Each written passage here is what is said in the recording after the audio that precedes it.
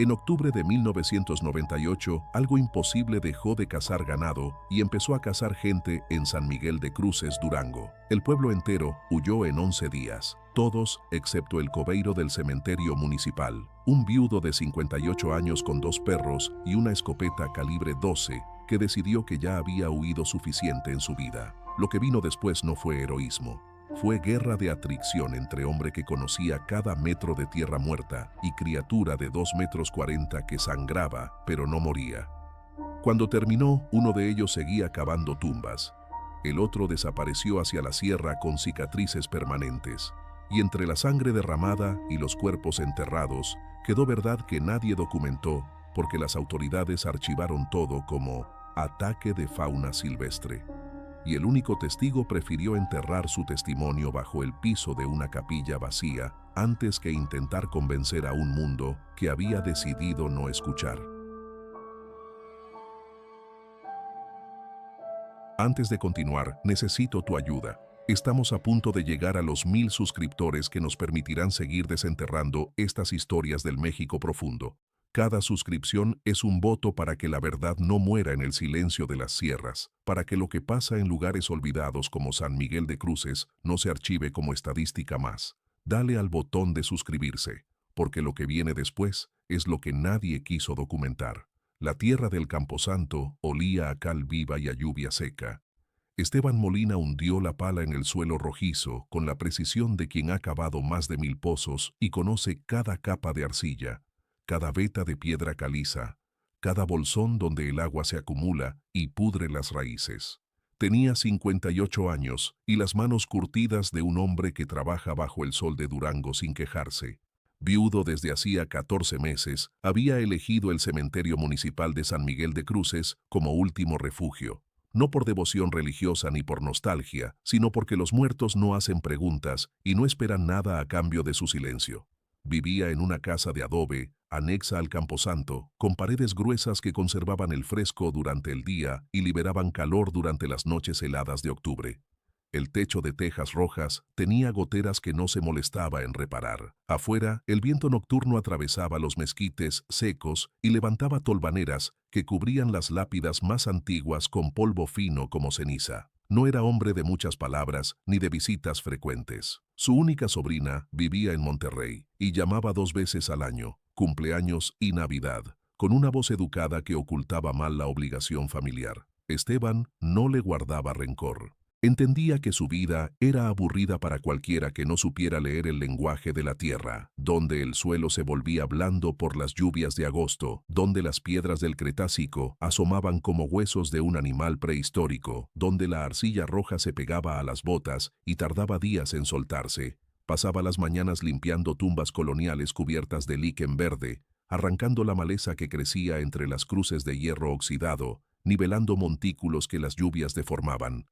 No lo hacía por deber, lo hacía porque el trabajo manual lo mantenía anclado a algo tangible, algo que no se desvanecía como los recuerdos de su esposa Carmen, cuya voz ya no podía reconstruir con exactitud. Los únicos seres vivos con los que compartía rutina eran Sombra y Ceniza, 2 pastores belgas malinois de pelaje leonado y máscara negra que había adoptado del refugio municipal 8 meses atrás. Los habían descartado del programa de adiestramiento policial por temperamento excesivamente agresivo, un eufemismo burocrático que significaba que mordían sin advertencia cuando percibían amenaza. Esteban los eligió precisamente por eso. No quería compañía afectuosa, quería guardias que ladraran antes de que cualquier cosa, animal o humana, cruzara el perímetro de alambre oxidado que rodeaba el cementerio. Sombra era el mayor, con cicatrices en el hocico de peleas callejeras anteriores. Ceniza era más joven, nerviosa, con tendencia a gruñir bajo cuando algo alteraba su territorio. Dormían en el porche de madera durante el verano y dentro de la casa cuando llegaban los nortes de noviembre. El cementerio de San Miguel de Cruces databa de 1887, fundado cuando el pueblo era apenas un cruce de caminos entre Durango capital y las rancherías del sur. Ocupaba 3 hectáreas de terreno irregular, con desniveles que formaban terrazas naturales donde se amontonaban los muertos de diferentes épocas. Arriba los más antiguos, sepulcros de mampostería con apellidos de hacendados españoles ya extinguidos. Abajo los recientes, cruces de madera pintada con nombres escritos a mano, flores de plástico decoloradas por el sol, veladoras con cera derretida que se mezclaba con la tierra. No había luz eléctrica. Esteban utilizaba 3 faroles de gas que encendía al atardecer y apagaba antes de dormir. La oscuridad del lugar era absoluta. Sin contaminación lumínica de ciudades cercanas, el cielo nocturno se abría como una herida negra tachonada de estrellas tan brillantes que parecían vibrar. El pueblo más cercano quedaba a 9 kilómetros por una brecha de terracería que las lluvias convertían en lodazal impracticable. San Miguel de Cruces tenía 300 habitantes censados, aunque Esteban sospechaba que la cifra real no pasaba de 250. La mayoría eran viejos campesinos que cultivaban maíz de temporal y criaban cabras en corrales improvisados con alambre de púas. Hablaban con naturalidad de la Llorona que arrastraba cadenas en el arroyo seco, del charro negro que ofrecía riquezas a cambio del alma, de los nahuales que adoptaban formas de coyote y jaguar para vengarse de ofensas antiguas. Esteban escuchaba esas historias con cortesía distante cuando bajaba al pueblo una vez al mes para comprar víveres, harina, frijol, café, cartuchos para la escopeta calibre 12 que guardaba junto a la cama. No creía en leyendas, creía en la pala, en la gravedad, en la descomposición orgánica. Creía en lo que podía tocar. Su rutina era invariable como liturgia laica. Despertaba antes del alba, preparaba café negro en una olla de peltre abolladada, alimentaba a los perros con croquetas baratas mezcladas con sobras de tortilla. Revisaba el perímetro caminando despacio, observando si algún animal había violado las cercas durante la noche, si había nuevas madrigueras de tuzas que podían colapsar tumbas antiguas, si los coyotes habían dejado rastros cerca del gallinero abandonado en la esquina norte. Luego venía el trabajo, cavar fosas cuando el municipio enviaba aviso de algún difunto próximo, rellenar hundimientos, podar los pirul que crecían torcidos entre las tumbas, quemar la basura acumulada, coronas marchitas, veladoras quebradas, listones desteñidos. Al mediodía comía frijoles refritos con tortillas calentadas en el comal, a veces un huevo frito, si las gallinas de Doña Remedios habían puesto. Por las tardes barría el interior de la capilla sin culto, un edificio de adobe con techo de vigas carcomidas, donde las golondrinas anidaban en las esquinas y dejaban manchas blancas de excremento sobre las bancas vacías. No extrañaba a nadie. Eso era lo más extraño. Carmen había muerto despacio. Cáncer de páncreas diagnosticado demasiado tarde. Meses de agonía en el hospital regional donde los médicos decían, estamos haciendo lo posible, con voces que ya sabían el final. Esteban la había acompañado hasta el último suspiro, sosteniéndole la mano fría mientras las máquinas pitaban y los números en las pantallas descendían como cuenta regresiva. Después vino el funeral. La procesión corta de parientes que murmuraban condolencias genéricas, el entierro en la sección nueva del cementerio, donde todavía quedaba espacio. Y luego el silencio. Un silencio tan grande que Esteban lo sintió como presencia física, como si la ausencia de Carmen hubiera dejado un hueco en el aire que nada podía llenar. No lloró. Simplemente dejó de hablar. Dejó de salir del cementerio, excepto para lo indispensable. Dejó de responder llamadas telefónicas. Se convirtió en guardián de un territorio donde el tiempo se medía en ciclos de lluvia y sequía, no en horas ni calendarios. Los perros lo seguían a todas partes con lealtad muda. Sombra caminaba siempre 3 pasos adelante, olfateando el suelo, las orejas enhiestas captando sonidos que Esteban no percibía. Ceniza prefería quedarse cerca, rozando su pierna con el lomo peludo, gruñendo bajo cuando algo le parecía fuera de lugar. Esteban había aprendido a interpretar sus señales. El gruñido gutural de Sombra significaba coyote en la periferia. El ladrido agudo de Ceniza indicaba presencia humana aproximándose por el camino. El silencio tenso de ambos, con pelos erizados y cuerpos rígidos, señalaba peligro inminente que Esteban aún no identificaba. Confiaba en sus instintos más que en los propios. Eran animales descartados por el sistema, igual que él, demasiado viejos, demasiado rotos, demasiado inconvenientes para encajar en estructuras normales. Formaban manada de desechados. Las noches eran lo más difícil. Sin televisión ni radio, el silencio del cementerio se volvía denso, casi sólido. Esteban se sentaba en el porche con la escopeta atravesada sobre las rodillas, fumando cigarros que liaba con tabaco corriente, observando cómo las sombras de los mezquites se alargaban bajo la luna. A veces escuchaba aullidos lejanos, coyotes disputándose carroña en los llanos secos, y el graznido de lechuzas cazando ratones entre las tumbas. El viento traía olor a creosota y a tierra caliente que se enfriaba rápidamente después del ocaso. No sentía miedo. El miedo requiere imaginación, y Esteban había agotado la suya viendo morir a Carmen centímetro a centímetro, súplica a súplica. Lo que quedaba era una calma mineral, la aceptación de que todo termina y que el cementerio era apenas un depósito de finales. Él cuidaba ese depósito, nada más. Pero había algo cambiando en el aire, algo sutil que Esteban no sabía nombrar, pero que los perros percibían con claridad creciente. Sombra había dejado de alejarse más de 20 metros durante las rondas nocturnas. Ceniza dormía menos, sobresaltándose por crujidos de ramas que antes ignoraba. Las gallinas del corral abandonado habían dejado de cantar al amanecer. Los opilotes que normalmente planeaban en círculos sobre el cementerio buscando animales muertos habían desaparecido de golpe, como si un depredador superior hubiera reclamado el territorio. Esteban lo notaba todo, pero no conectaba las señales. Todavía no. Todavía pensaba que el mundo funcionaba según reglas conocidas, que los peligros venían de donde siempre habían venido. Víboras de cascabel bajo las piedras, escorpiones en las botas olvidadas, tormentas eléctricas que partían mezquites viejos. No imaginaba que había cosas más antiguas, cosas que caminaban entre muertos y vivos sin pertenecer a ninguno de los dos mundos. Era 28 de octubre de 1998, martes. El aire olía a tormenta pendiente, esa electricidad estática que antecede a las primeras lluvias invernales. Esteban había cavado 2 fosas esa mañana, una para el señor Jacobo Serna, muerto de paro cardíaco a los 83 años, otra para un niño sin nombre que la partera del pueblo había entregado envuelto en trapo blanco.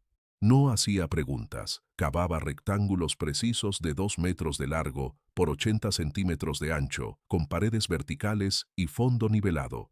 El suelo estaba seco, agradecido. La pala mordía la tierra con facilidad, levantando terroncillos rojizos que se desmoronaban al contacto. Esteban trabajaba sin prisa, con movimientos económicos que no desperdiciaban energía. A mediodía se detuvo para beber agua tibia de un garrafón de plástico y comer tortillas dobladas con sal. Los perros dormitaban bajo la sombra rala de un huizache retorcido, jadeando despacio, las lenguas rosadas colgando entre dientes blancos. Todo parecía normal. Todo parecía seguro.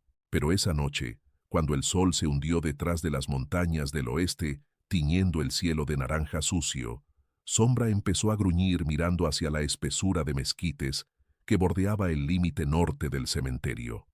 No era el gruñido de advertencia habitual. Era un sonido continuo, bajo, vibrante, que salía del fondo del pecho como motor atascado. Ceniza se le unió segundos después, el pelo del lomo erizado en cresta perfecta, las patas rígidas, los ojos fijos en algo que Esteban no podía ver entre las sombras alargadas del crepúsculo. Él se levantó despacio, agarrando la escopeta que siempre mantenía cargada con cartuchos de postas del calibre 12. Apuntó la linterna hacia donde miraban los perros. El haz de luz atravesó la maleza sin encontrar nada, solo ramas secas, cactus espinosos, tierra polvorienta. Pero algo había cambiado en el aire, algo espeso, almizclado, salvaje. Un olor que Esteban no reconocía pero que hacía que su estómago se apretara con instinto antiguo. Los perros no dejaron de gruñir hasta pasada la medianoche. Esteban permaneció en el porche con la escopeta cruzada sobre las rodillas, fumando un cigarro tras otro, observando la línea oscura donde el cementerio terminaba y la sierra comenzaba. La luna creciente apenas iluminaba, una uña sucia colgada en el cielo sin nubes, y las sombras se volvían sólidas, impenetrables. Cada crujido de rama lo ponía en alerta, cada silbido del viento entre los cardones le erizaba la nuca. No era miedo exactamente, era reconocimiento instintivo de que algo había entrado en su territorio, algo que no pertenecía al catálogo conocido de amenazas. Sombra se negó a dormir adentro esa noche. Se quedó echado en el escalón superior del porche, con el hocico apoyado sobre las patas delanteras, los ojos entreabiertos, reflejando la luz mortecina del farol de gas.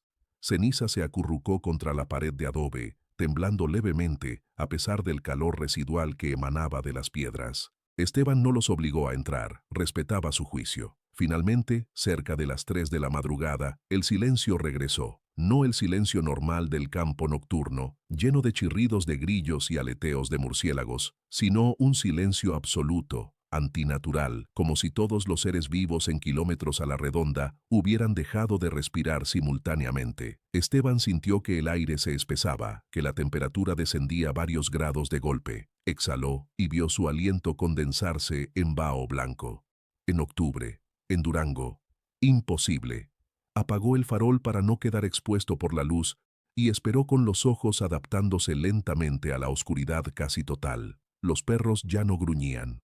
Estaban paralizados, estatuas de carne y hueso con todos los músculos en tensión extrema.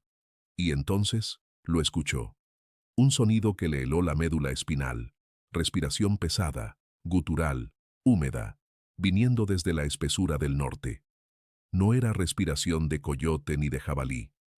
Era demasiado profunda, demasiado controlada, demasiado parecida a pulmones grandes procesando aire con esfuerzo consciente. Esteban levantó la escopeta despacio, apuntando hacia el origen del sonido, el dedo rozando el gatillo con presión mínima. La respiración continuó durante 30 segundos eternos, luego se detuvo. Silencio otra vez. Esperó 5 minutos completos sin moverse, sintiendo cómo el sudor frío le bajaba por la espalda a pesar del fresco nocturno. Nada. Los grillos volvieron a cantar tímidamente. Una lechuza ululó a lo lejos. Sombra soltó un suspiro tembloroso y bajó la cabeza, aunque sus orejas permanecieron erectas. Ceniza gimoteó bajo.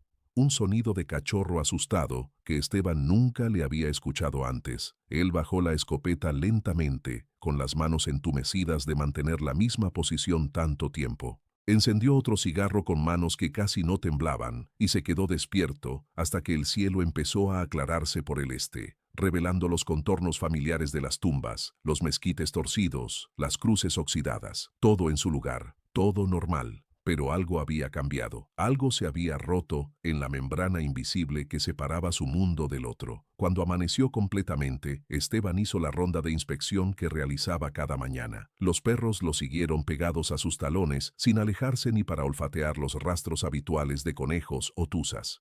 Revisó el perímetro completo, caminando despacio, observando el suelo con atención de rastreador. Encontró las primeras señales a unos 50 metros del límite norte, justo donde la cerca de alambre oxidado se unía a un poste de mezquite muerto. La tierra estaba removida. No arañada superficialmente como hacen los coyotes al escarbar, sino hundida con presión brutal, como si algo de gran peso hubiera pisado allí varias veces. Esteban se agachó, tocó los bordes de las marcas con las yemas de los dedos. Estaban frescas. La tierra todavía conservaba humedad del rocío nocturno en las grietas más profundas. Midió la huella con la palma extendida. Tenía casi 30 centímetros de largo, forma vagamente humanoide pero con dedos demasiado largos, demasiado separados, terminando en depresiones pequeñas donde garras habían clavado. Contó 4 dedos principales y lo que parecía un quinto atrofiado en posición lateral. Se quedó inmóvil en cuclillas, estudiando la huella con concentración absoluta. Había visto miles de huellas en su vida, de venado, jabalí, puma, coyote, mapache, tejón.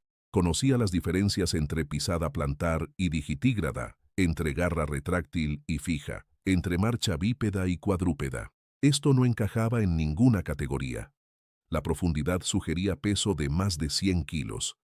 La distribución de presión indicaba que el animal había estado parado sobre 2 patas traseras, con el peso ligeramente adelantado como humano agachado. Pero la forma de los dedos, la amplitud de la separación, las marcas de garras que habían penetrado casi 3 centímetros en tierra compacta, ningún humano dejaba rastro así, ningún animal conocido tampoco. Esteban sintió que algo frío y líquido se instalaba en su estómago. No era terror aún. Era la sensación de estar frente a algo que desafiaba el catálogo completo de realidades posibles. Sacó su navaja plegable y marcó la huella con pequeñas piedras alrededor, formando un círculo de referencia. Luego siguió buscando. Las huellas formaban un patrón errático alrededor del perímetro norte y este del cementerio. No era el camino directo de un depredador persiguiendo presa.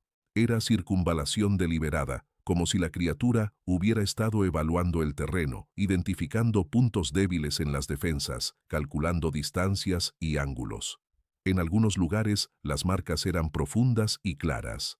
En otros, apenas rozaban el suelo, como si el animal hubiera caminado casi de puntillas para no hacer ruido. Esteban encontró un punto donde algo pesado se había recargado contra el tronco de un mezquite viejo. La corteza estaba arañada en franjas verticales a 2 metros de altura, demasiado alto para coyote, demasiado salvaje para humano. Trozos de corteza colgaban de las heridas frescas en la madera, mostrando la albura húmeda debajo. Olfateó el tronco dañado y captó un olor intenso, penetrante, mezcla de almizcle rancio, pelo mojado y algo metálico que le recordó a sangre vieja. Se apartó escupiendo, con el estómago revuelto. Ceniza gimoteó y se alejó varios pasos. Sombra olisqueó el tronco brevemente y retrocedió con el pelo erizado, gruñendo bajo.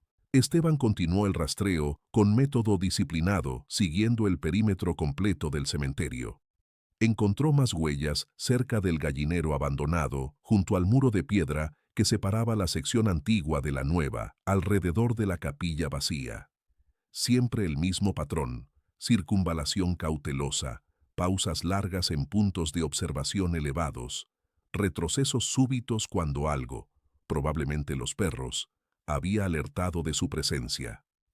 La criatura no había entrado al cementerio propiamente, se había quedado en los márgenes, estudiando. Esteban sintió un escalofrío que no tenía nada que ver con la temperatura. Eso no era conducta de animal hambriento buscando comida fácil, era reconocimiento táctico, era inteligencia aplicada. Regresó a la casa con las piernas pesadas, la boca seca, las manos apretando la escopeta con fuerza innecesaria. Sombra y Ceniza entraron con él, sin necesidad de orden, pegándose a las paredes, evitando acercarse a las ventanas que daban al norte. Pasó el resto del día en tareas mecánicas que no requerían pensar. Limpió tumbas, arrancó hierba seca, barrió el interior de la capilla. Pero su mente no dejaba de regresar a las huellas. Intentó racionalizar. Tal vez un oso negro bajando de la sierra, aunque no había osos reportados en Durango desde los años 60. Tal vez un perro asilvestrado de raza grande, pero ningún perro dejaba garras de 8 centímetros ni se erguía sobre patas traseras con estabilidad suficiente para dejar huellas tan definidas. Tal vez un engaño de la luz, una ilusión óptica producto del cansancio y la sugestión. Pero las marcas en el mezquite eran reales. El olor era real. La reacción de los perros era real. Algo había estado allí. Algo que no debería existir según todas las leyes que Esteban conocía. Y lo peor, ese algo regresaría. Lo sabía con certeza visceral, del mismo modo que había sabido que Carmen iba a morir semanas antes de que los médicos lo confirmaran. Era conocimiento sin razonamiento, verdad sin prueba, un saber antiguo inscrito en alguna parte del cerebro que todavía recordaba cuando los humanos eran presas. Al atardecer preparó defensas rudimentarias. Reforzó la cerca del lado norte con alambre de púas adicional que encontró oxidándose en el cobertizo. Ató latas vacías a intervalos irregulares, creando trampa sonora que delataría cualquier cosa que intentara cruzar. Colocó 3 faroles de gas en posiciones estratégicas alrededor de la casa, formando perímetro de luz que, esperaba, disuadiría acercamientos.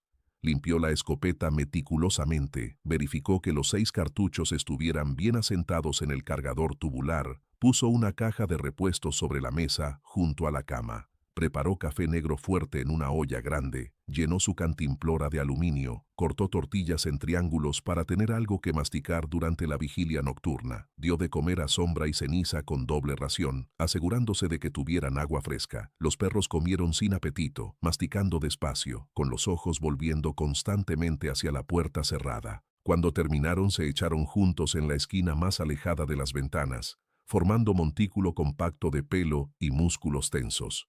La noche llegó rápida, como siempre en octubre. El cielo se tiñó de púrpura enfermo, luego de negro absoluto tachonado de estrellas frías. Esteban encendió los faroles y se instaló en el porche con la escopeta, la cantimplora, los cigarros. Había dormido apenas 3 horas en las últimas 36, pero no sentía sueño. La adrenalina lo mantenía alerta, los sentidos afinados al máximo. Escuchaba cada sonido con claridad extrema, el crepitar del gas en los faroles, el chirrido de grillos en la maleza, el ulular distante de lechuzas, el viento raspando las ramas secas de los mezquites.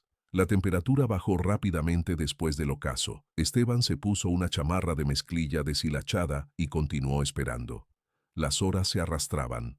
9 de la noche, 10, 11, medianoche. Los perros dormitaban inquietos adentro, levantando las cabezas cada pocos minutos, las orejas rotando como antenas buscando señal. Esteban fumaba metódicamente, apagando las colillas contra la suela de su bota, guardando las cenizas en el bolsillo para no dejar rastro luminoso. A la 1:15 de la madrugada, las latas del lado norte empezaron a tintinear. No era viento. El aire estaba inmóvil, denso, cargado de electricidad estática que hacía que los pelos de los brazos se erizaran. El tintineo era irregular, pausado, como si algo estuviera probando la cerca, tocándola suavemente con extremidad grande y cautelosa. Esteban se puso de pie despacio, levantando la escopeta, respirando hondo para controlar el pulso que se había disparado. Sombra y ceniza explotaron en ladridos frenéticos adentro, arañando la puerta, golpeándola con los cuerpos. Él los ignoró. No podía permitir que salieran, serían destrozados en segundos, fuera lo que fuera. Apuntó la linterna hacia el origen del sonido y encendió el haz. La luz atravesó los mezquites, iluminó la cerca de alambre, las latas colgantes moviéndose todavía por inercia. Pero no había nada visible. El tintineo se detuvo.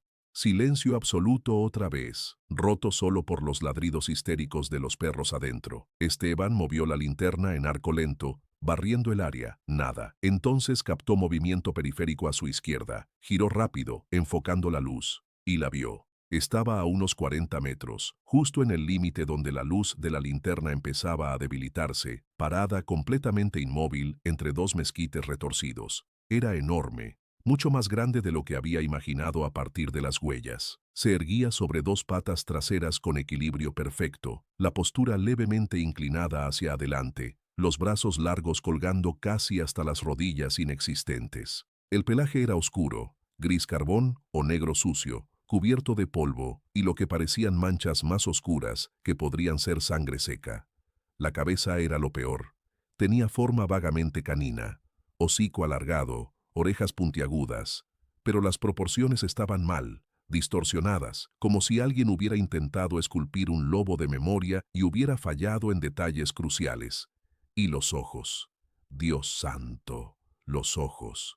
Brillaban amarillo fosforescente en el haz de la linterna, reflejando la luz como tapetum lucidum de depredador nocturno, pero la forma era incorrecta. Eran demasiado frontales, demasiado enfocados, demasiado conscientes. Esteban sintió que su cuerpo reaccionaba antes que su mente. Los músculos se tensaron, el estómago se contrajo, la vejiga amenazó con vaciarse. Era terror primigenio, el tipo de miedo que ningún humano moderno debería sentir, porque ningún humano moderno debería estar frente a depredador capaz de cazarlo. Pero él estaba allí, y la criatura también. Se miraron durante tiempo imposible de medir. Podrían haber sido 10 segundos o 5 minutos. El tiempo se había vuelto elástico, irreal. La criatura no atacó, no gruñó, no mostró agresión. Simplemente observaba con esos ojos amarillos horribles, la cabeza ligeramente ladeada como perro, evaluando orden incomprensible. Esteban levantó la escopeta con movimiento lento, deliberado, hasta que el cañón apuntaba directamente al centro de masa de la criatura. El corazón le martilleaba las costillas tan fuerte que pensó que se le rompería el esternón. Su dedo encontró el gatillo, aplicó presión mínima, solo necesitaba apretar 3 kilos más y el cartucho de postas saldría volando a 1000 pies por segundo, destrozando lo que encontrara en su camino. Pero no disparó. algo lo detuvo. No era piedad ni duda moral, era curiosidad oscura, enfermiza. Necesitaba saber qué era, por qué estaba allí, qué quería, y más profundo, más perturbador, había reconocimiento mutuo en ese momento congelado. La criatura lo estaba midiendo igual que él la medía a ella. Estaban evaluándose, calculando probabilidades, decidiendo si valía la pena el conflicto.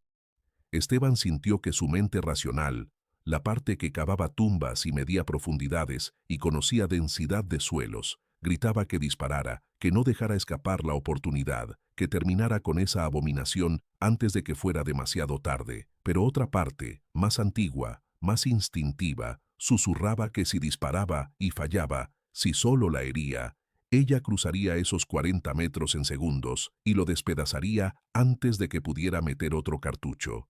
Y no estaba seguro de no fallar. La distancia era considerable, la luz mala, sus manos temblaban imperceptiblemente. Un disparo fallido era sentencia de muerte. La criatura dio un paso lateral, solo uno, casi casual, como probando su reacción. Esteban mantuvo la escopeta firme, siguiéndola con el cañón. Ella se detuvo otra vez. Silencio. Los perros habían dejado de ladrar adentro, ahora solo gemían bajo, sonido lastimero de animales que reconocen predador invencible. El viento sopló suavemente, trayendo otra ráfaga de ese olor almizclado y metálico. Esteban respiró por la boca para no vomitar. La criatura ladeó la cabeza hacia el otro lado, estudiándolo. Luego, con movimiento fluido que desafiaba su tamaño, se dio vuelta y desapareció entre los mezquites. No corrió. Simplemente se fundió con las sombras como si nunca hubiera estado allí. Esteban mantuvo la escopeta levantada durante 2 minutos completos, apuntando al lugar vacío donde había estado parada, esperando que reapareciera, que atacara, que hiciera algo. Pero solo quedó oscuridad y silencio. Bajó el arma lentamente, con los brazos entumecidos y temblando por el esfuerzo de mantener la posición. Se sentó pesadamente en el escalón del porche, todavía sosteniendo la escopeta, todavía mirando hacia el norte. No durmió el resto de la noche. Se quedó allí sentado, fumando, bebiendo café frío, esperando el amanecer con desesperación creciente. Los perros no salieron cuando abrió la puerta al alba. Se quedaron dentro, echados contra la pared del fondo, rehusándose a acercarse al porche. Esteban entendió. Él tampoco quería estar afuera, pero tenía que revisar. Tenía que saber si lo que había visto era real o alucinación producto del agotamiento extremo y la soledad.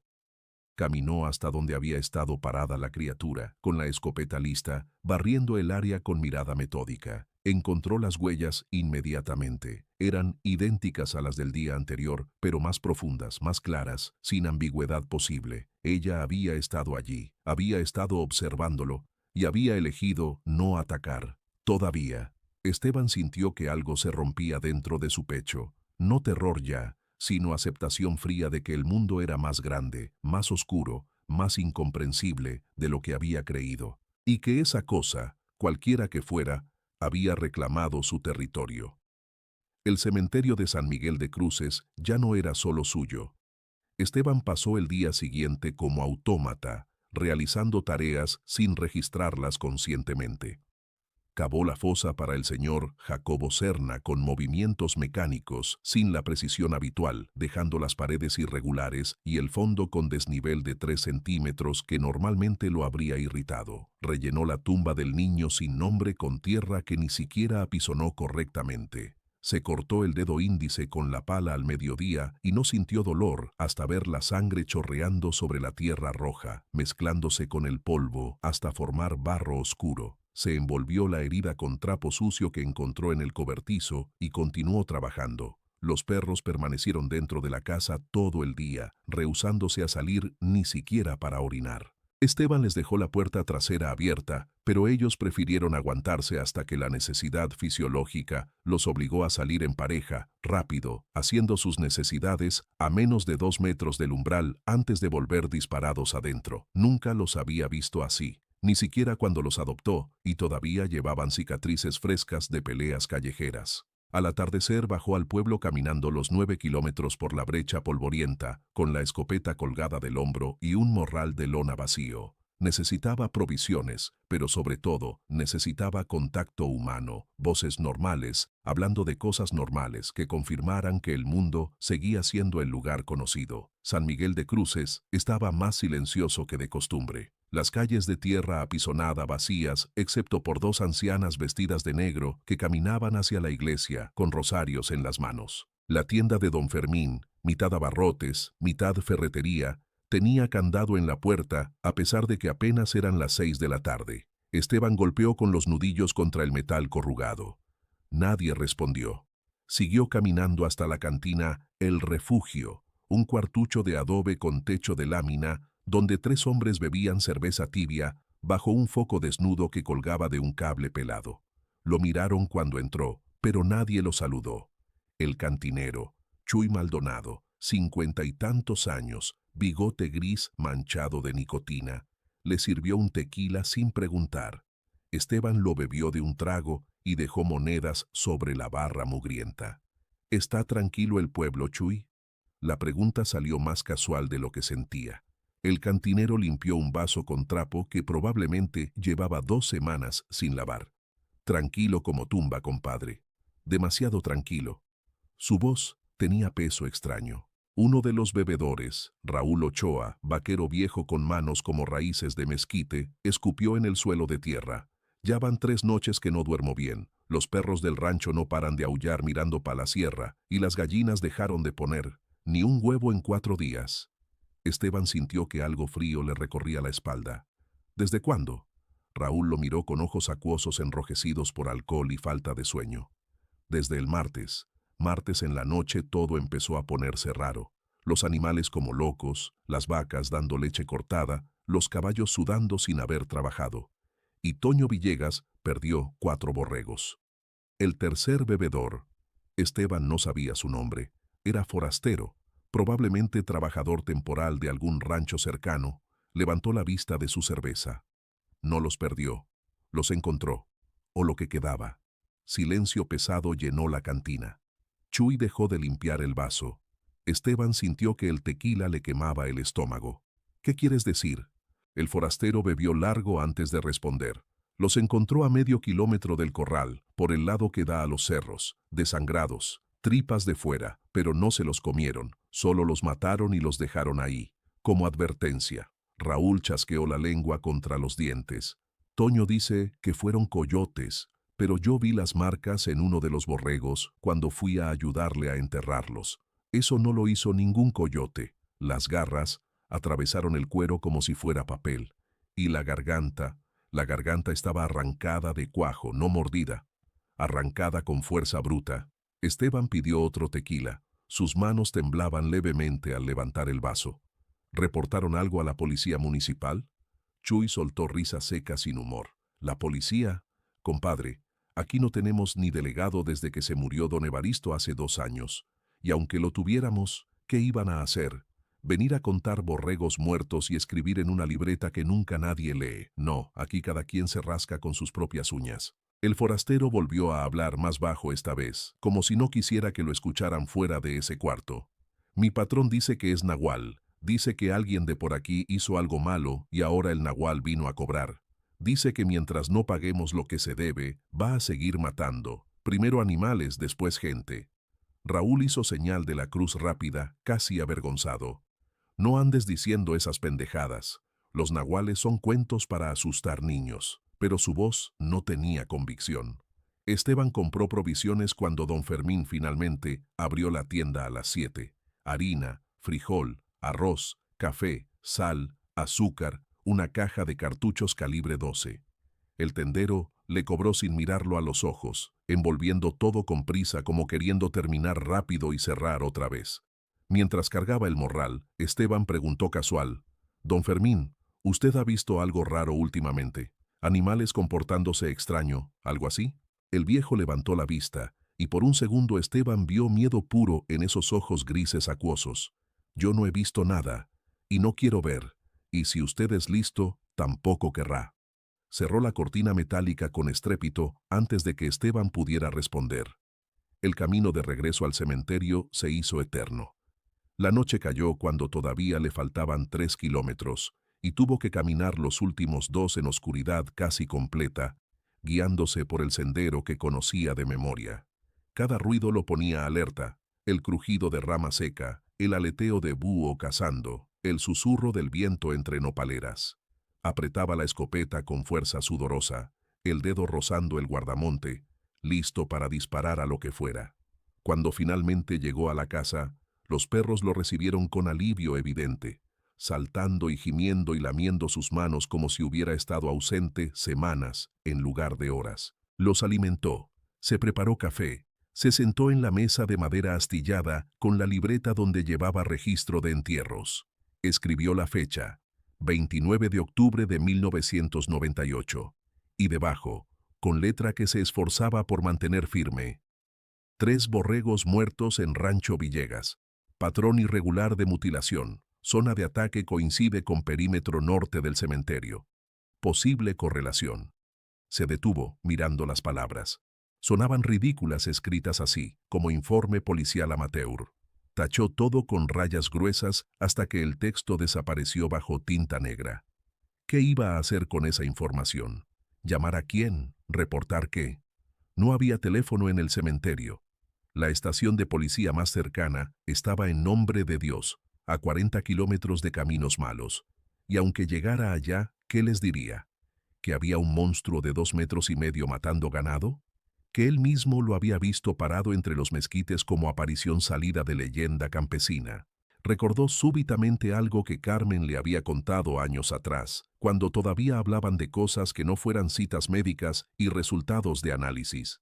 Ella había crecido en un rancho cerca de El Salto, Pueblo Nuevo, en la zona serrana alta de Durango. Su abuelo, hombre duro que había vivido la revolución de niño y la cristiada de joven, le contaba historias de la sierra que su familia había presenciado o escuchado de primera mano.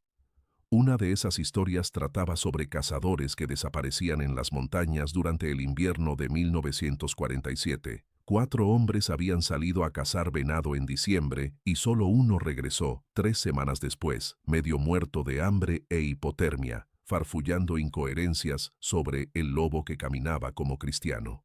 Lo encontraron vagando por un barranco, con los pies congelados y la mente rota. Lo llevaron al pueblo, lo atendieron, pero nunca volvió a hablar con claridad. Murió 6 meses después, en el manicomio de Durango capital, todavía gritando por las noches que el lobo venía a buscarlo. Carmen había contado la historia como curiosidad folclórica, riéndose suavemente de las supersticiones de su abuelo. Pero Esteban recordaba un detalle que entonces había ignorado. El abuelo había dicho que encontraron los cuerpos de los otros 3 cazadores en la primavera siguiente, cuando la nieve se derritió. Estaban destrozados, esparcidos en área de 50 metros, como si los hubiera atacado animal de gran tamaño. Pero lo extraño, lo que nadie podía explicar, era que uno de los cuerpos estaba colgado de un árbol a 4 metros de altura, atravesado en las ramas como ofrenda macabra. Ningún oso ni puma hace eso. Ningún animal conocido tiene la fuerza ni la intención de colgar cadáveres en árboles. Las autoridades estatales enviaron investigadores, tomaron fotos, escribieron reportes. Luego archivaron todo como ataque de fauna silvestre no identificada y nunca más se habló del asunto. El sobreviviente loco murió sin que nadie le creyera. Los archivos desaparecieron o fueron destruidos. La historia se convirtió en leyenda campesina más, mezclada con docenas de otras sobre apariciones y maldiciones.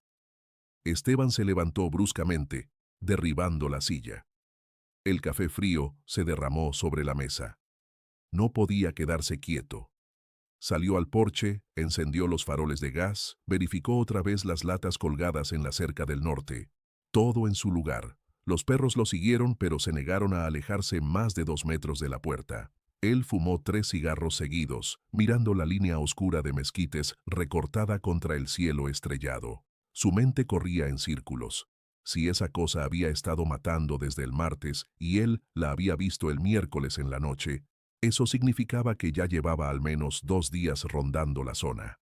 ¿Por qué? El cementerio no tenía ganado, no había presas fáciles más allá de los perros. ¿Por qué elegir este lugar como territorio de caza? A menos que no fuera solo hambre, a menos que hubiera algo más, territorialidad, ritual, intención que Esteban no podía comprender porque su cerebro humano no estaba equipado para entender motivaciones de depredador imposible. La noche del jueves transcurrió sin incidentes. Esteban hizo guardia hasta las 4 de la madrugada, luego durmió 3 horas inquietas con la escopeta al lado y los perros echados sobre sus pies. Despertó con luz gris del amanecer, filtrándose por la ventana sucia, el cuerpo adolorido de dormir medio sentado contra la pared. Hizo café, comió tortillas frías con frijoles que sabían a cartón, alimentó a los perros que apenas tocaron su comida. Salió a revisar el perímetro esperando encontrar nuevas huellas, nuevos rastros del horror nocturno. Pero no había nada, la tierra sin disturbar, las latas inmóviles, las cercas intactas, como si la criatura nunca hubiera existido. Esteban sintió alivio mezclado con duda corrosiva. ¿Había alucinado todo? ¿El agotamiento y la soledad finalmente habían quebrado su cordura? Tocó las marcas de garras en el mezquite, todavía frescas, todavía reales. No, había pasado, estaba pasando. Solo que esa noche ella había cazado en otro lado. El viernes por la tarde llegó el cortejo fúnebre del señor Jacobo Serna, pick-up destartalada cargando ataúd de pino sin barnizar, seguida por 3 camionetas con la familia y vecinos. Esteban los recibió con la formalidad distante que había perfeccionado en 14 meses de oficio. Los guió hasta la fosa que había cavado, ayudó a bajar el ataúd con cuerdas, esperó mientras el sobrino del difunto, hombre gordo con camisa vaquera sudada, decía unas palabras torpes sobre el tío que siempre fue trabajador y nunca le hizo mal a nadie. Luego Esteban paleó tierra sobre el ataúd con movimientos rítmicos y automáticos mientras la familia observaba en silencio incómodo. Cuando terminó, el sobrino le pagó los 500 pesos acordados en billetes arrugados que olían a sudor. La familia se fue rápido, sin quedarse a poner flores ni rezar. Esteban notó que miraban nerviosamente hacia los mezquites del norte antes de subir a las camionetas. Sabían. Todos en la región sabían que algo andaba mal, aunque nadie lo dijera en voz alta. Esa noche volvió. Esteban lo supo antes de verla o escucharla. Lo supo por la forma en que el aire cambió de textura, volviéndose denso y eléctrico como antes de tormenta. Eran las 2:30 de la madrugada.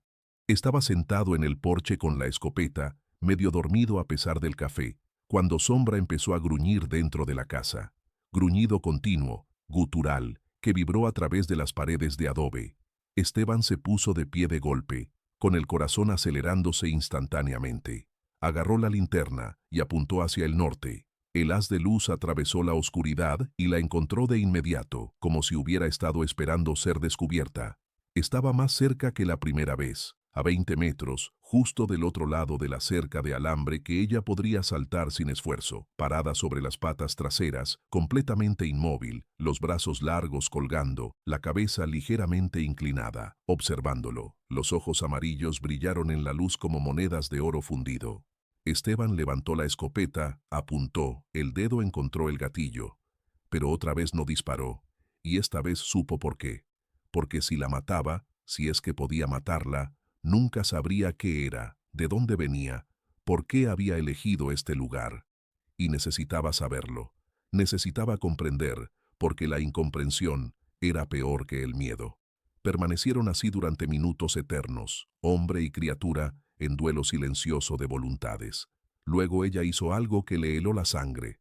Se agachó lentamente, apoyando una mano, garra, en el suelo, y con la otra empezó a arañar la tierra con movimientos deliberados.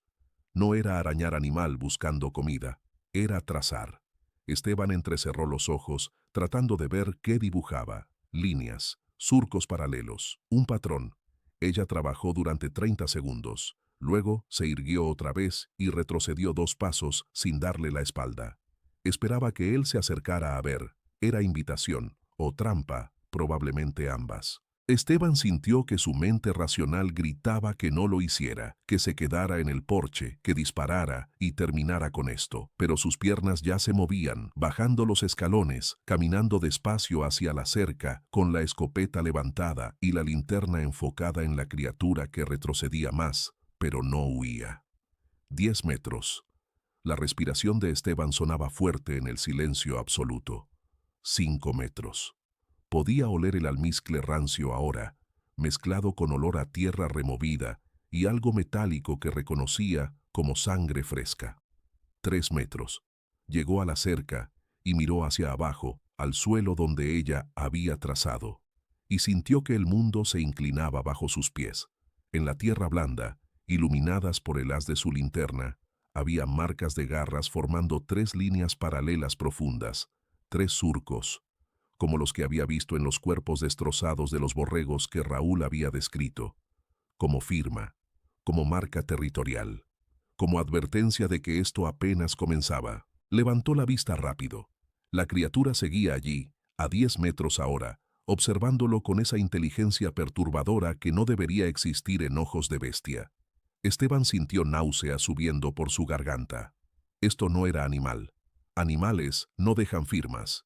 Animales no comunican intención simbólica. Esto era otra cosa, algo que pensaba, planificaba, ejecutaba con propósito. Retrocedió lentamente, sin darle la espalda, con la escopeta apuntándola todavía, aunque sus manos temblaban tanto que el cañón oscilaba.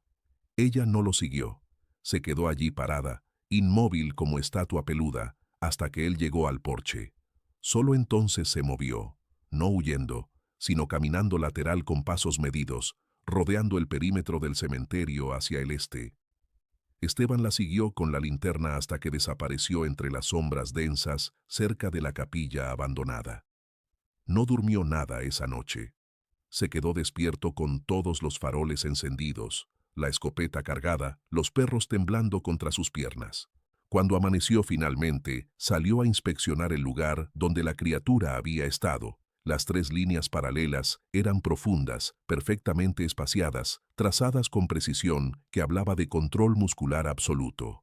Y había algo más, manchas oscuras en la tierra cerca de las marcas. Esteban tocó una con el dedo, la olió. Sangre, fresca, no de ella. No había heridas visibles, sino de algo que había cazado antes de venir aquí. Siguió el rastro. Gotas de sangre formaban sendero irregular que salía del cementerio hacia el este en dirección a los ranchos dispersos que punteaban el valle.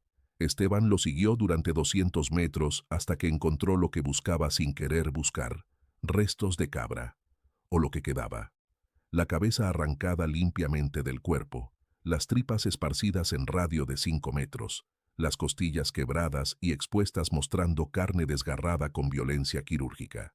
Se arrodilló junto a los restos, sintiendo bilis quemando su garganta. La cabra no había sido devorada, había sido destruida, como ejercicio, como demostración de fuerza. Miró alrededor, midiendo distancias mentalmente. Esto había pasado a 300 metros del rancho de don Abundio Reyes, un viejo criador de ganado menor que vivía con su esposa inválida en jacal de adobe. Seguramente habían escuchado algo. Los gritos de la cabra siendo destrozada tendrían que haber despertado hasta a los muertos. Pero nadie había salido, nadie había investigado, porque todos en la región ya sabían que había cosas en la noche que era mejor no confrontar. Mejor quedarse dentro, trancado con candado, rezando que la cosa siguiera de largo. Esteban se limpió la sangre de los dedos en la mezclilla y regresó caminando lento al cementerio, con un peso instalándose en su pecho que no tenía que ver con miedo, sino con comprensión terrible. Él estaba solo, completamente, irrevocablemente solo contra algo que el mundo había decidido ignorar hasta que ya no quedara nadie para ignorar. El sábado transcurrió en preparación silenciosa. Esteban fortificó las defensas con meticulosidad obsesiva, reforzó todas las cercas, no solo la del norte. Cavó zanja poco profunda alrededor de la casa y la llenó con piedras sueltas que crujirían ruidosamente si algo las pisaba. Preparó 6 trozos de madera con clavos oxidados apuntando hacia arriba, camuflados bajo capas delgadas de tierra en puntos estratégicos alrededor del perímetro. No eran trampa mortal. Nada podía hacerlo contra criatura de ese tamaño, pero podrían herirla, ralentizarla, darle ventaja de segundos preciosos. Limpió la escopeta otra vez, contó los cartuchos, verificó que los fulminantes estuvieran secos. Preparó mochila de emergencia con agua, tortillas, cerillos, la linterna, un cuchillo de monte de 20 centímetros que había pertenecido a su padre, por si tenía que huir, por si las defensas fallaban, y la única opción era correr hacia el pueblo gritando como loco y rogar que alguien le creyera. Pero en el fondo sabía que no iba a huir, no porque fuera valiente, no lo era, sino porque ya estaba cansado de huir. Había huido de la agonía de Carmen refugiándose en trabajo manual. Había huido de la soledad sumergiéndose en rutina mecánica. Había huido de la vida escondiéndose entre muertos. No le quedaba nada más de qué huir. Si esa cosa quería el cementerio, tendría que pasar sobre su cadáver, y si lo mataba, al menos moriría defendiendo algo en lugar de desperdiciar el resto de sus días cavando hoyos para otros mientras esperaba el propio. Era lógica retorcida, suicida probablemente, pero era lo único que tenía sentido en mundo que había dejado de tenerlo. Esa noche, cuando el sol se hundió detrás de las montañas occidentales y las sombras se alargaron como dedos negros sobre las tumbas, Esteban se instaló en su puesto con determinación fría. Sombra y ceniza estaban dentro, encerrados. La escopeta cargada, los faroles encendidos, el café caliente, y en su pecho, donde alguna vez había vivido el miedo, ahora solo quedaba espera paciente de lo inevitable. La criatura llegó a las 3:07 de la madrugada del domingo. Esteban lo supo por el reloj de cuerda que colgaba en la pared de la cocina y que había consultado compulsivamente cada 15 minutos durante las últimas 5 horas. Lo supo también porque el aire cambió, esa densidad eléctrica que ya reconocía como presagio, y porque los perros dejaron de respirar por un segundo completo antes de explotar en ladridos desesperados que sonaban más a súplica que a amenaza. Esta vez ella no se quedó en el perímetro observando. Esta vez vino directa.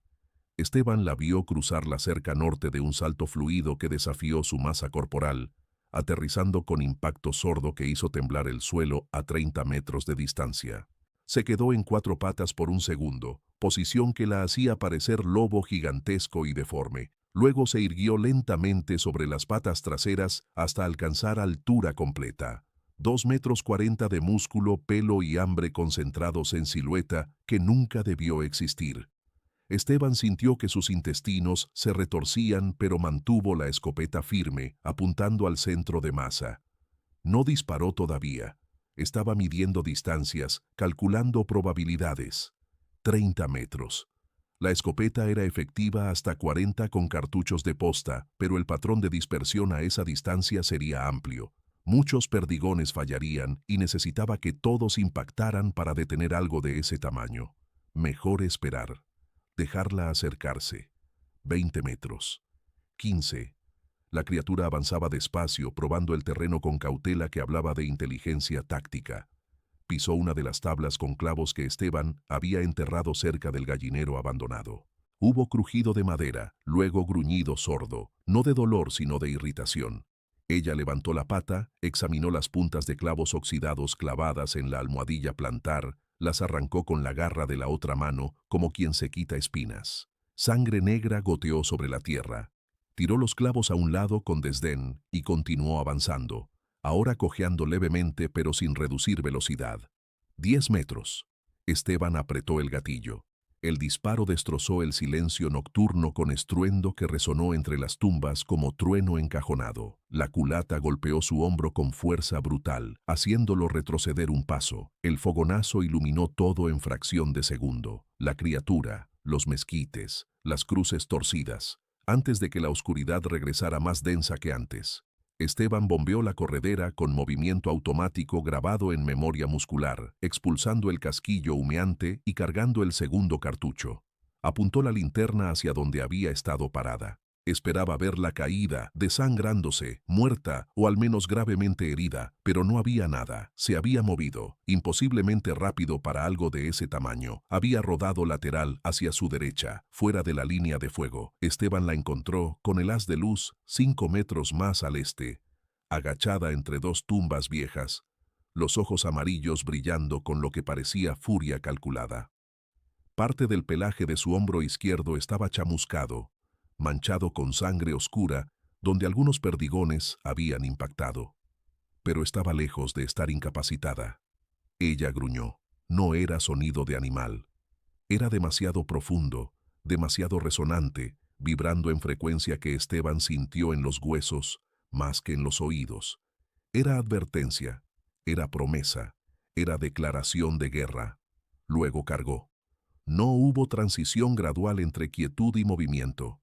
Simplemente explotó hacia adelante con velocidad que no debería ser posible en criatura bípeda de más de 100 kilos. Esteban disparó otra vez sin apuntar propiamente, confiando en instinto y pánico. El segundo disparo la alcanzó en el pecho, haciéndola tropezar, pero no la detuvo. 7 metros, 5. Él bombeó la corredera, disparó el tercer cartucho casi a quemarropa. Esta vez el impacto fue devastador. El patrón de dispersión todavía estaba concentrado, los 9 perdigones de posta entrando en área del tamaño de puño en su abdomen. Ella rugió, sonido que era mitad aullido de lobo, mitad grito humano, y se desplomó de lado rodando, dejando rastro de sangre negra sobre la tierra pálida. Esteban retrocedió hacia el porche, bombeando la corredera otra vez, sacando el cuarto cartucho. Le quedaban 3 en el cargador tubular. Tenían que contar. La criatura se retorció en el suelo durante segundos que parecieron horas, las garras arañando tierra, las patas traseras pateando convulsivamente. Esteban apuntó esperando el momento de rematar, de terminar esto, pero entonces ella empezó a levantarse. Primero sobre las patas traseras, luego irguiéndose completa con movimiento tembloroso pero determinado. La herida del abdomen sangraba profusamente. Esteban podía ver vísceras brillantes asomando entre pelos empapados. Pero no la había derribado, no la había matado. Ella lo miró con esos ojos amarillos que ahora contenían algo más allá de hambre o territorialidad. Contenían odio puro, primitivo, el tipo de odio que solo surge cuando presa se atreve a herir a depredador. Esteban comprendió en ese momento que había cometido error fatal, la había lastimado sin matarla. Y ahora ella no iba a retirarse. Iba a destrozarlo aunque muriera en el intento. La criatura cambió de táctica. En lugar de cargar directo otra vez, empezó a circular alrededor de la casa, moviéndose lateral con pasos irregulares por la herida, pero manteniendo distancia fuera del alcance efectivo de la escopeta. Esteban giró con ella, manteniéndola en mira, pero sabía que estaba en desventaja. Ella podía ver en la oscuridad. Él dependía de la linterna y no podía sostenerla y disparar simultáneamente con precisión. Dejó la linterna en el suelo del porche, apuntando hacia afuera, creando zona iluminada de unos 10 metros de radio. Más allá, solo sombras. La criatura desapareció en esas sombras, fundiéndose con la negrura como si nunca hubiera estado allí. Esteban giró lento, barriendo el perímetro con el cañón de la escopeta, el corazón martillando tan fuerte que pensó que se le saldría por la boca. Silencio. Solo sus propias respiraciones agitadas y los ladridos frenéticos de sombra y ceniza dentro de la casa, arañando la puerta, golpeándola con los cuerpos. Algo golpeó el techo de la casa con impacto que hizo llover polvo de las vigas. Esteban miró hacia arriba instintivamente. Error de principiante. Y en ese segundo de distracción, ella atacó desde el flanco derecho, saliendo de la oscuridad como proyectil peludo lanzado por catapulta invisible. Esteban giró. Disparó sin apuntar, el cuarto cartucho saliendo alto y a la izquierda, fallando por completo. La criatura lo golpeó con fuerza de camión descontrolado, lanzándolo contra la pared de adobe de la casa.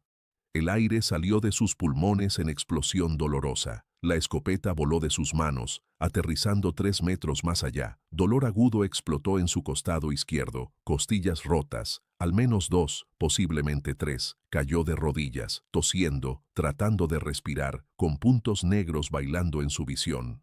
La criatura estaba sobre él en un segundo, una garra enorme presionando su pecho contra el suelo de tierra apisonada del porche, los 150 kilos de peso, inmovilizándolo completamente. El hocico descendió hacia su cara. Esteban vio los dientes de cerca por primera vez, largos, curvos, amarillentos en las bases pero blancos como porcelana en las puntas afiladas. La mandíbula era articulada de forma incorrecta, con rango de apertura demasiado amplio, como serpiente que puede dislocar las quijadas. El aliento era pútrido, mezcla de carne podrida y algo metálico que hizo que los ojos de Esteban lagrimaran. Iba a morir. Lo supo con claridad absoluta. Iba a morir destrozado como los borregos, como las cabras, como probablemente habían muerto docenas de animales y tal vez humanos antes que él. La criatura abrió la boca, preparando mordida que le arrancaría la garganta o la cara. Esteban cerró los ojos, no por cobardía, sino porque no quería que lo último que viera fueran esos dientes entrando en su carne, y entonces escuchó ladridos explosivos, seguidos de rugido sorprendido de la criatura. El peso sobre su pecho desapareció súbitamente. Abrió los ojos. Sombra y ceniza habían roto la puerta, la madera vieja había cedido bajo sus embestidas frenéticas. Y ahora atacaban a la criatura con ferocidad suicida que solo animales leales hasta la muerte pueden mostrar. Sombra había clavado los dientes en la pantorrilla derecha de la criatura, colgando con todo su peso, sacudiendo la cabeza para desgarrar músculo. Ceniza mordía el brazo izquierdo, el mismo que tenía herida de perdigones, reabriendo la carne destrozada. La criatura rugió. Sonido de dolor genuino esta vez, y sacudió el brazo con violencia, lanzando a Ceniza por los aires. La perra golpeó el tronco de un mezquite con crujido seco de huesos quebrándose y cayó inerte al suelo, muerta instantáneamente. Pero esos segundos fueron suficientes. Esteban gateó hacia la escopeta ignorando el dolor lacerante en las costillas, los dedos cerrándose alrededor de la culata familiar. Giró sobre su espalda, levantó el arma, apuntó. La criatura había agarrado a Sombra por el cuello, levantándolo del suelo con una garra, mientras el perro seguía mordiendo salvajemente, rehusándose a soltar, incluso cuando las garras penetraron su piel y sangre roja empezó a chorrear. Esteban apuntó a la cabeza de la criatura. Disparo arriesgado con su perro en línea de fuego, pero no tenía opción, y apretó el gatillo. El quinto cartucho salió con estruendo ensordecedor. Parte de la carga impactó el cráneo de la criatura justo detrás de la oreja derecha, arrancando pedazo de cuero cabelludo y pelo, exponiendo hueso blanco debajo. Ella soltó a Sombra con aullido de agonía, tambaleándose hacia atrás, las manos, garras, yendo instintivamente a la herida de la cabeza. Sombra cayó pesadamente, pero se levantó de inmediato, cojeando, con el cuello sangrando, pero los ojos todavía fijos en la criatura, gruñendo con rabia que no había disminuido ni un gramo. Esteban bombeó la corredera. Sexto cartucho, el último, tenía que contar. Se puso de pie con esfuerzo monumental, cada respiración enviando dagas de dolor a través de su torso. La criatura estaba a 10 metros, tambaleándose, sangrando de múltiples heridas, hombro, abdomen, cabeza, pero todavía en pie, todavía peligrosa, todavía capaz de matarlo si le daba oportunidad. Sus ojos amarillos encontraron los de Esteban, y en ellos ya no había odio, había cálculo, evaluación. Estaba midiendo si todavía podía ganar esta pelea o si era momento de retirarse. Esteban levantó la escopeta, apuntando directo al pecho. «Vete», dijo con voz rasposa que apenas reconoció como propia. «Vete o te mato aquí mismo». No sabía si ella entendía palabras, probablemente no, pero el tono era universal. Era ultimátum. Era línea final en la arena. La criatura dio un paso hacia atrás, luego otro. Sus ojos no dejaron de mirar a Esteban en ningún momento. Sangre goteaba de sus heridas formando charcos oscuros en la tierra. Sombra dio un paso adelante, gruñendo, pero Esteban silbó bajo, señal de parada, y el perro obedeció a regañadientes, temblando con adrenalina y dolor, pero manteniéndose en posición. La criatura retrocedió 5 metros más, luego 10. Llegó al borde de la zona iluminada por la linterna. Allí se detuvo, mirándolo por última vez, y Esteban vio algo en esos ojos que lo heló más que todo lo anterior. Reconocimiento, no de derrota. No había aceptación de inferioridad allí, sino reconocimiento de rival digno, de territorio disputado que no se rendiría fácilmente. Era respeto de depredador a depredador, y era promesa de que esto no había terminado. Luego se dio vuelta, movimiento fluido a pesar de las heridas, y desapareció en la oscuridad, los sonidos de su huida perdiéndose en la distancia hasta que solo quedó silencio roto por jadeos de Esteban y gemidos bajos de Sombra. Esteban mantuvo la escopeta levantada durante 5 minutos completos, apuntando a la oscuridad vacía, esperando que ella regresara para ataque final, pero no volvió. Lentamente, con movimientos rígidos de hombre mucho mayor que sus 58 años, bajó el arma. Se acercó a donde yacía Ceniza. La perra estaba muerta, el cuello roto, los ojos abiertos mirando al cielo sin estrellas. Esteban se arrodilló con dificultad, cerró esos ojos con dedos temblorosos. «Gracias», susurró. «Gracias, mija». Sombra cojeó hasta él, dejándose caer pesadamente contra su pierna. Esteban revisó las heridas del perro a la luz de la linterna. 4 perforaciones profundas en el cuello, donde las garras habían penetrado, pero sin daño arterial aparente. Sangrado controlable. Rompió su camisa, improvisó vendaje apretado alrededor del cuello de Sombra. El perro lo dejó hacer sin resistencia, solo temblando y gimiendo bajo cuando el algodón presionó las heridas. Luego, Esteban recogió la escopeta, encontró la caja de cartuchos en el porche donde había caído durante el combate, recargó el arma con manos que le costó trabajo mantener firmes. 6 cartuchos otra vez. Arrastró el cuerpo de Ceniza dentro de la casa, cerró la puerta rota lo mejor que pudo, trabándola con silla pesada.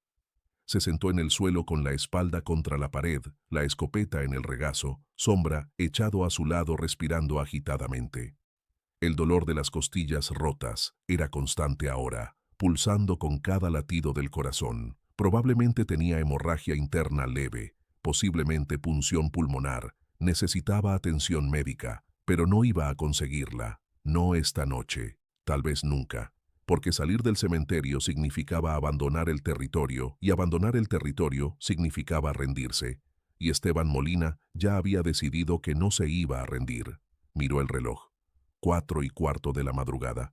Faltaban 2 horas para el amanecer. 2 horas en las que ella podría regresar, tal vez con refuerzos si había más de su especie. 2 horas en las que tendría que permanecer alerta a pesar del agotamiento, del dolor, del shock postraumático que empezaba a instalarse en sus extremidades como hielo. Preparó café con una mano, la otra nunca soltando la escopeta. Bebió directo de la olla, quemándose la lengua sin importarle. El dolor lo mantenía despierto. El dolor era aliado ahora. Sombra lamió sus heridas con paciencia canina, limpiando la sangre, estimulando coagulación instintiva. Esteban le acarició las orejas con ternura torpe. «Buen perro», murmuró. «Perro muy bueno».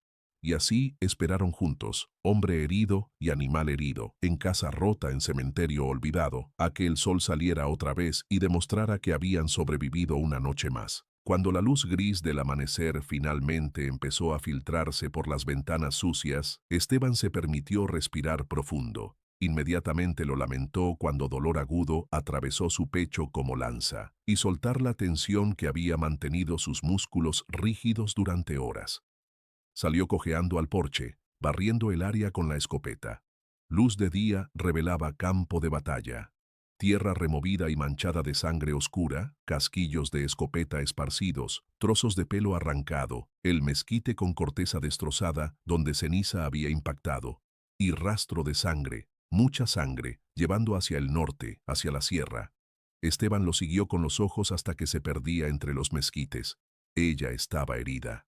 Gravemente posiblemente, pero no muerta. Y mientras no estuviera muerta, esto no terminaba. Era tregua, no victoria. Era pausa entre rounds de pelea que solo terminaría cuando uno de los dos dejara de moverse permanentemente. Esteban escupió sangre. Se había mordido la lengua durante el combate sin darse cuenta, y regresó adentro. Tenía que enterrar a Ceniza. Tenía que curar a Sombra. Tenía que prepararse para la próxima noche. Porque habría próxima noche. De eso estaba seguro. Deja en los comentarios de dónde nos ves, porque historias como esta no solo pasan en Durango. Cada rincón de México, de Latinoamérica, del mundo, tiene sus propios encuentros que nadie se atreve a reportar. ¿Qué secretos guarda tu sierra? ¿Qué cosas caminan de noche en el campo donde creciste? Esteban cavó la tumba de Ceniza cuando el sol ya estaba alto, quemando la espalda de su camisa rasgada con calor seco de finales de octubre. Eligió un lugar en la esquina sureste del cementerio, bajo la sombra rala de un huizache viejo, donde enterraba a los animales que ocasionalmente aparecían muertos en los alrededores: coyotes atropellados, perros callejeros, gatos salvajes. La tierra estaba dura, compactada por semanas sin lluvia, y cada palada enviaba ondas de dolor a través de sus costillas rotas. Sudor mezclado con sangre seca le bajaba por la cara, picándole los ojos. Sombra observaba desde 3 metros de distancia, echado con la cabeza sobre las patas, el cuello vendado con trapos que ya mostraban manchas rojas oscuras. No había llorado, no gimoteaba. Solo observaba con esa paciencia animal que entiende la muerte mejor que cualquier humano.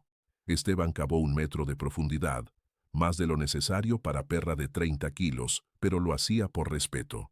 Y luego bajó el cuerpo envuelto en sábana vieja, con cuidado ceremonial. Rellenó la tumba despacio, apisonando cada capa de tierra, hasta formar montículo bajo, que marcó con piedras blancas del arroyo seco. No dijo palabras, no había palabras adecuadas. Ceniza había muerto defendiéndolo de cosa que no debería existir, y eso era suficiente epitafio para cualquier vida. Cuando terminó se quedó allí parado unos minutos, mirando el montículo fresco, sintiendo vacío expandiéndose en su pecho, no solo por la perra muerta, sino por todo lo que había perdido en los últimos años. Carmen, su antigua vida, la certeza de que el mundo funcionaba según reglas comprensibles. Todo ido. Todo enterrado en tumbas físicas o metafóricas. Lo único que quedaba era Sombra, este cementerio, y la determinación terca de no ceder ni 1 metro más de territorio. Regresó cojeando a la casa, cada paso enviando punzadas a través de su torso. Necesitaba limpiar las heridas de Sombra propiamente. Necesitaba vendarse las costillas. Necesitaba comer algo, aunque su estómago rechazara la idea. Pero sobre todo necesitaba entender qué había pasado realmente durante esas horas de oscuridad. Pasó la mañana reconstruyendo la secuencia táctica del combate con objetividad que sorprendió su mente fracturada por dolor y falta de sueño. La criatura había mostrado inteligencia estratégica, había probado defensas, identificado puntos débiles, ejecutado ataque coordinado que combinaba fuerza bruta con engaño. El golpe al techo había sido diversión deliberada. Ella sabía que él miraría hacia arriba, sabía que eso le daría ventana de segundos para atacar desde ángulo ciego. Eso no era instinto animal, eso era razonamiento táctico, lo que significaba que ella podía aprender, podía adaptar estrategia. Y la próxima vez que viniera, porque vendría otra vez, Esteban no tenía dudas, no cometería los mismos errores, no subestimaría sus defensas, no cargaría directo contra escopeta, encontraría otra forma. Más paciente, más letal. Esteban sintió escalofrío que no tenía nada que ver con temperatura. Estaba en guerra de atracción contra enemigo que aprendía de cada encuentro. Y él solo tenía recursos finitos, cartuchos limitados, cuerpo quebrado, un perro herido. Limpió las heridas de Sombra con agua hervida y sal, ignorando los gemidos bajos del animal cuando el líquido ardiente tocaba carne abierta. Las perforaciones eran profundas pero limpias, sin signos obvios de infección todavía. Las vendó con tiras de sábana hervida, apretando lo suficiente para detener sangrado sin cortar circulación. Luego se ocupó de sí mismo. Se quitó la camisa destrozada con movimientos que le arrancaron jadeos de dolor. El costado izquierdo estaba negro y púrpura, hinchado grotescamente. Palpó con cuidado. Al menos 2 costillas rotas, posiblemente 3, pero sin fragmentos sueltos que pudiera sentir. Eso era bueno. Fragmentos podrían perforar órganos. Se vendó el torso con metros de tela apretada, inmovilizando las costillas lo mejor posible. No era tratamiento médico apropiado, pero tendría que servir. No iba a ir al hospital de nombre de Dios. Ir significaba explicar. Explicar significaba que pensarían que estaba loco. Y tal vez lo estaba, pero su locura tenía evidencia física, sangre en la tierra, pelos arrancados, marcas de garras, perro muerto. El domingo transcurrió en vigilia tensa. Esteban no durmió, se sentó en el porche con la escopeta, observando el perímetro norte con atención obsesiva. Cada movimiento de rama por el viento lo ponía alerta. Cada sombra alargada por el sol descendente parecía forma agachada lista para saltar. Pero no pasó nada. El cementerio permaneció quieto, casi demasiado quieto. Ningún pájaro cantaba, ningún insecto zumbaba, como si todos los seres vivos hubieran decidido que este territorio estaba maldito y era mejor mantenerse alejado. Al atardecer preparó defensas renovadas. Reemplazó las tablas con clavos que la criatura había evitado, añadió más latas a las cercas, colocó faroles en posiciones diferentes para eliminar zonas de sombra. Verificó cada cartucho de la escopeta individualmente, asegurándose de que los fulminantes estuvieran secos y las cargas completas. Llenó 2 cantimploras con agua fresca. Cortó tortillas en pedazos pequeños que podía comer con una mano sin soltar el arma. Eran preparativos de hombre que espera asedio prolongado. La noche del domingo fue peor que las anteriores, porque no pasó nada. Esteban esperó con todos los sentidos afinados al máximo, el dedo rozando el gatillo, los ojos ardiendo de mantenerlos abiertos, sin parpadear durante minutos seguidos. Pero la criatura no vino. Ni esa noche, ni la siguiente. El lunes transcurrió en silencio idéntico. El martes también. Para el miércoles Esteban empezaba a dudar de su cordura. Las heridas seguían allí, las de sombra sanando lentamente, las suyas propias enviando dolor constante con cada respiración. Pero sin nueva evidencia, sin nuevos ataques, su mente empezaba a construir narrativas alternativas. Había exagerado el tamaño de la criatura en la oscuridad y el miedo. ¿Había sido realmente tan grande o la adrenalina había distorsionado su percepción? ¿Y si solo había sido Oso Negro excepcionalmente grande, herido ahora, muriéndose en alguna cueva de la sierra? ¿Y si todo esto, el terror, el combate, la muerte de Ceniza, había sido reacción desproporcionada a amenaza real pero mundana? Pero entonces el jueves por la mañana bajó al pueblo para comprar más cartuchos y encontró a don Fermín cerrando la tienda a las 9 de la mañana. ¿Qué pasa, don Fermín? El viejo lo miró con ojos hundidos en cuencas profundas, demacrado como si no hubiera dormido en días.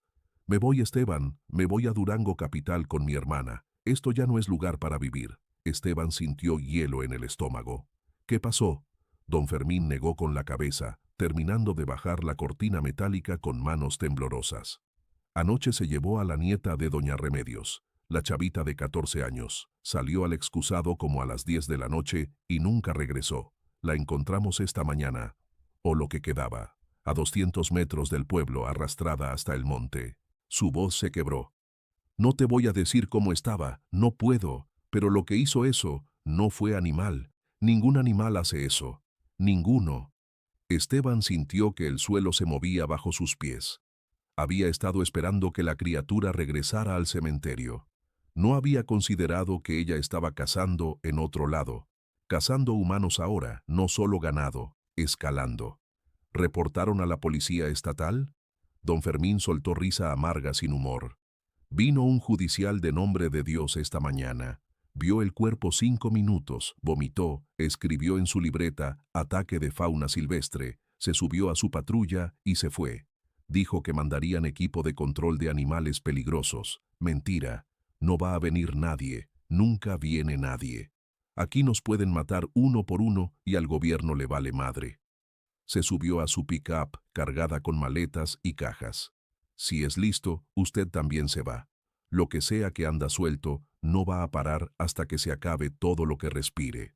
Arrancó el motor y se fue levantando tolvanera, dejando a Esteban parado en la calle vacía del pueblo que se moría. Regresó al cementerio caminando despacio, con peso aplastante en el pecho que no tenía que ver con costillas rotas. Una niña muerta, 14 años. Y él había tenido oportunidad de matar a esa cosa. Había estado a metros de distancia con escopeta cargada y había dudado. Había esperado demasiado. Había dejado que se acercara en lugar de dispararle a distancia segura. Y ahora una niña estaba muerta por su indecisión. No importaba que no hubiera sabido que cazaba humanos. No importaba que su primera obligación fuera defenderse a sí mismo. El resultado era el mismo. Sangre inocente derramada mientras él jugaba guerra territorial con monstruo. Se sentó en los escalones del porche con la cabeza entre las manos, sintiendo náusea que no venía del estómago, sino de algún lugar más profundo.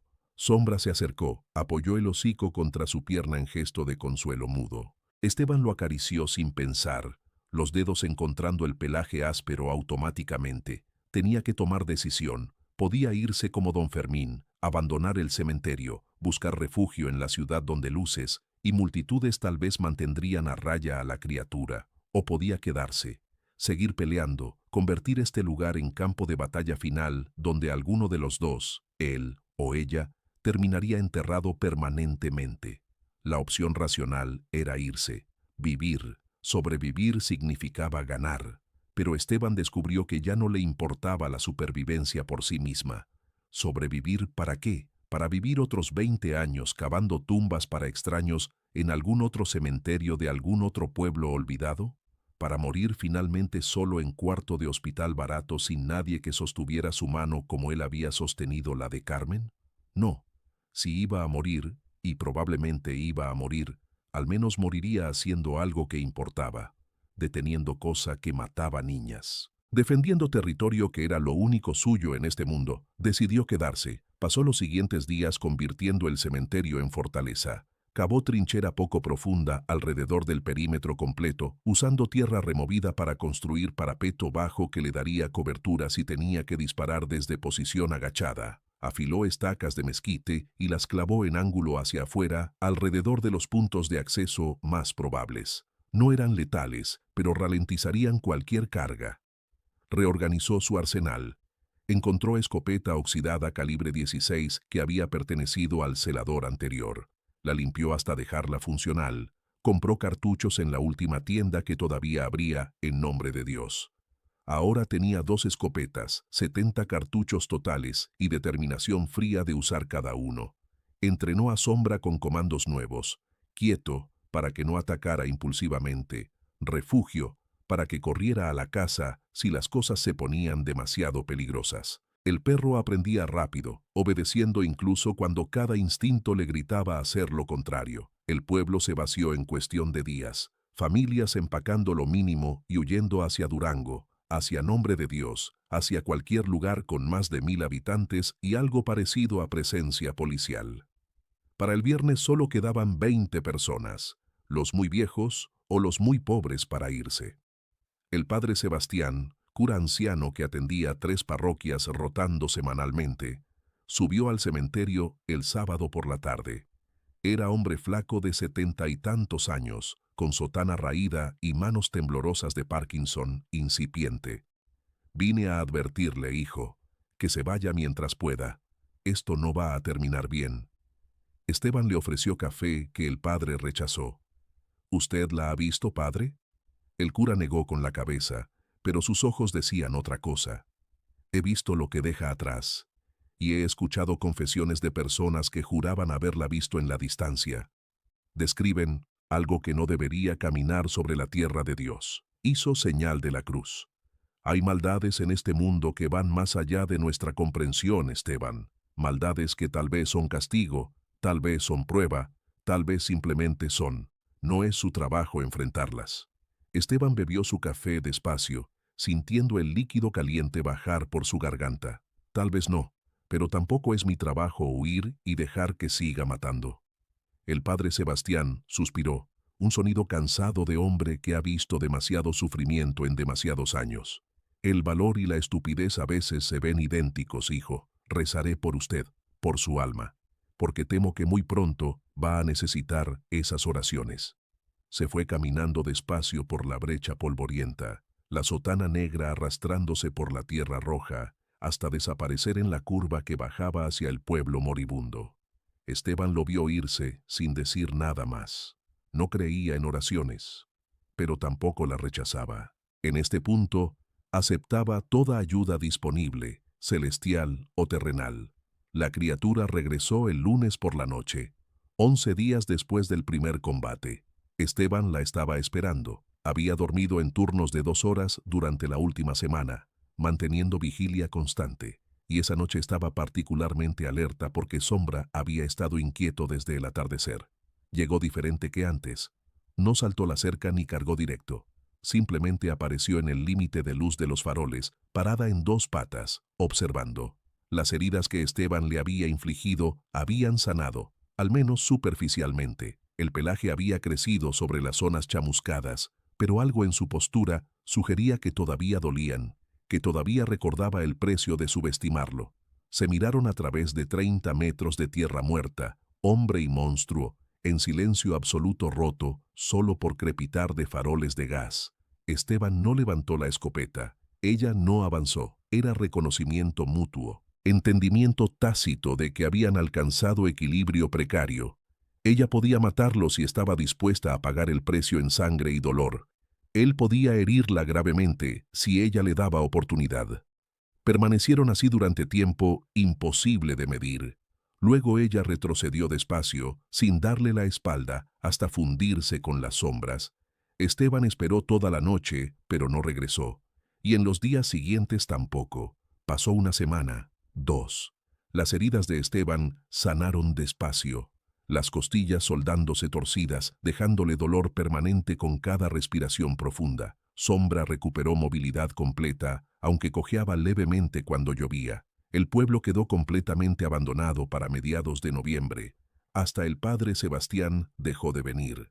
Esteban continuó su rutina, cavar fosas cuando ocasionalmente llegaba cuerpo de algún difunto, cuyos parientes insistían en enterrarlo en San Miguel de Cruces, a pesar de todo, mantener las tumbas limpias, reparar cercas. La criatura seguía allá afuera. Él lo sabía porque ocasionalmente encontraba huellas frescas en el perímetro, como si viniera a verificar que él todavía estaba allí. Pero no atacaba. Era tregua extraña, antinatural, basada en respeto mutuo nacido de violencia compartida.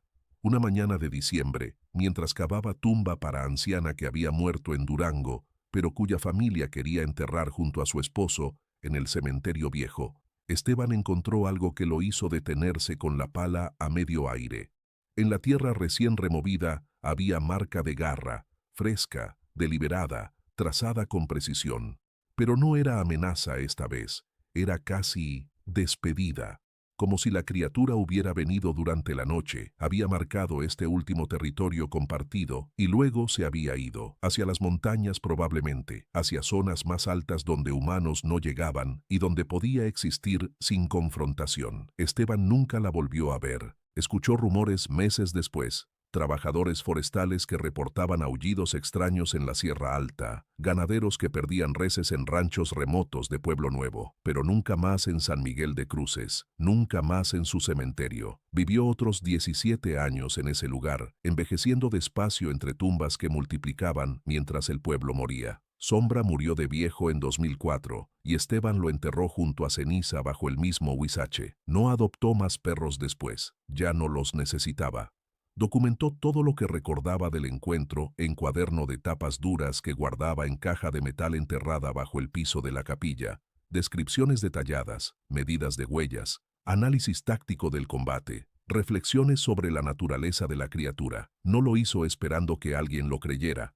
Lo hizo porque la verdad merecía existir en alguna forma física, aunque fuera enterrada bajo tierra sagrada, en cementerio olvidado. Murió en enero de 2015. Solo, en su cama, con escopeta al lado como había dormido cada noche durante 16 años. Lo encontraron 3 semanas después cuando el nuevo delegado municipal subió a investigar por qué no había reportes de entierros. El cuaderno nunca fue descubierto. Sigue allí, bajo losas de piedra de la capilla vacía, testimonio silencioso de guerra privada entre hombre terco y monstruo imposible en tierras que nadie vigila. Si esta historia te hizo cuestionar qué más se oculta en las zonas rurales que nadie vigila, suscríbete y activa la campanita, porque esto apenas comienza. ¿Crees que el silencio protege o condena? ¿Cuántas historias como la de Esteban quedaron enterradas con los hombres que las vivieron? Déjalo en los comentarios. La tierra guarda secretos que los vivos prefieren ignorar. Y en algún lugar de las sierras de Durango, en noches sin luna, todavía se escuchan aullidos que no pertenecen a ningún lobo conocido. Recordatorio de que hay guerras que nunca terminan, solo se ponen en pausa hasta que uno de los combatientes desaparece y el otro reclama victoria por defecto. Esteban Molina peleó la suya hasta el último aliento, y aunque nadie construyó monumentos en su honor, ni escribió corridos sobre su resistencia, la criatura nunca olvidó. Las cicatrices que él le dejó fueron permanentes, y esa, tal vez, es la única inmortalidad que importa, ser recordado por aquello que intentó destruirte y falló.